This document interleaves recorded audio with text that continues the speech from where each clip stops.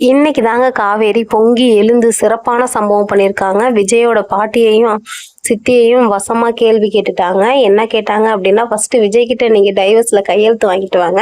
அதுக்கப்புறம் நான் கையெழுத்து போடுறேன் அப்படிங்கிற மாரி சொல்லி அனுப்பிட்டாங்க. உடனே அவங்க சொல்லிட்டு போயிருவாங்க, விஜய் கிட்ட இருந்து உனக்கு டைவர்ஸ் நோட் வரும். நீ கையெழுத்து போட்டு அனுப்பு அப்படிங்கிற மாரி சொல்லிட்டு போயிருவாங்க. அடுத்து என்ன நடக்கும் அப்படின்னா, அதே மாரி சாரதாவும் வந்து காவேரி எப்படி ஒரு வெட்கக்கெட்ட வாழ்க்கை உனக்கு தேவையா?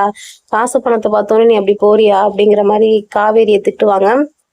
அப்பதான் சொல்லுவாங்க காவேரி, இப்பதான் காவேரி உண்மையே சொல்லுவாங்க. அம்மா நான் வந்து விஜய்க்கு வந்து பொண்டாட்டியா மட்டும் இல்ல, நிஜ பொண்டாட்டியாவே வாழ்ந்திருக்கேன். ஆனா அவரோட குழந்தை வந்து என் வயித்துல என்ன சுமக்கிறேன் அப்படிங்கிற மாதிரி சொல்லிடுவாங்க. ஒரே ஷாக் ஆயிருவாங்க சாரதா, என்ன சொல்றதுன்னே தெரியாம. அதுதான் நம்ம ப்ரொமோல பார்த்துருப்போம். இப்போ விஜயும் ஃபோன் அடிச்சுட்டே இருப்பாங்க. விஜய் வந்து காவேரிக்கு ஃபோன் அடிச்சுட்டே இருக்கும்போது காவேரி ஃபோனை எடுக்க மாட்டாங்க. அதனால என்ன பண்ணுவாங்கன்னா, காவேரியோட அம்மா வாங்கி ஃபோனை சுவிச் ஆஃப் பண்ணி போட்டுருவாங்க. வாங்கி சுவிச் ஆஃப் பண்ணோன்னே இப்போ டைரக்டா விஜய் வந்து சாரதாவுக்கே ஃபோன், சாரதா வந்து விஜய் பேசினா ஃபோனை எடுக்க மாட்டாங்கன்னு நினைச்சு வாய்ஸே மாத்தி பேசுவார். விஜய் ஒரு லேடி மாதிரி பேசுவார். பேசி இந்த மாதிரி காவேரி இருக்காங்களா, காவேரிகிட்ட கொடுங்க அப்படிங்கிற மாதிரி சொல்லுவாங்க. உடனே சாரதாவும் நம்பி கொண்டு காவேரிகிட்ட கொடுப்பாங்க.